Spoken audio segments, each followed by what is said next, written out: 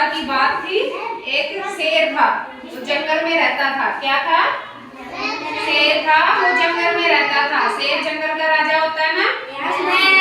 वो जंगल में रहता था, तो वो सो रहा था। वो शेर जब वो सो रहा था तो दो तीन चूहे आए। कुछ चूहे आके उसके ऊपर उछल कूद करने लगे।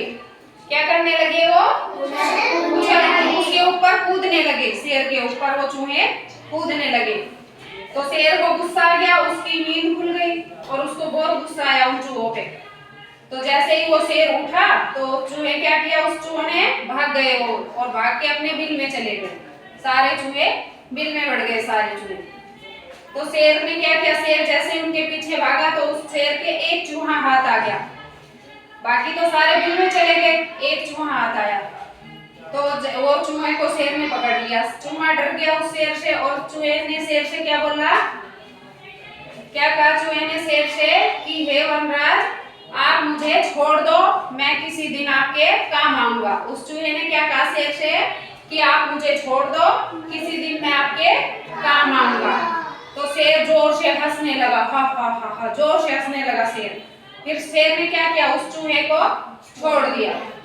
क्या किया उस शेर ने? उस चूहे को छोड़ दिया।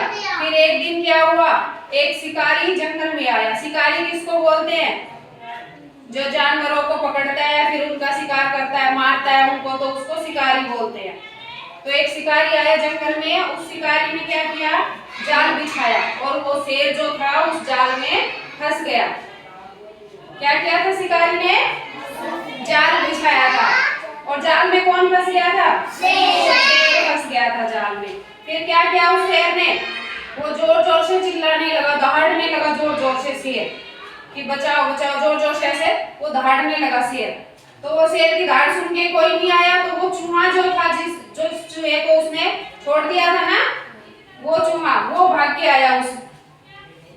वो चूहा भाग के आया वहां पे। तो उसने क्या किया, चूहे ने अपने जितने भी सारे मित्र थे उसको सबको गोल के लेके आया। वो सबको अपने साथ ले आया।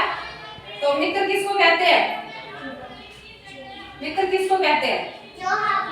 दोस्त होते हैं ना, जो तुम्हारे दोस्त होते हैं, जैसे तुम दोनों दोस्त हो, इनको मित्र बोलते हैं।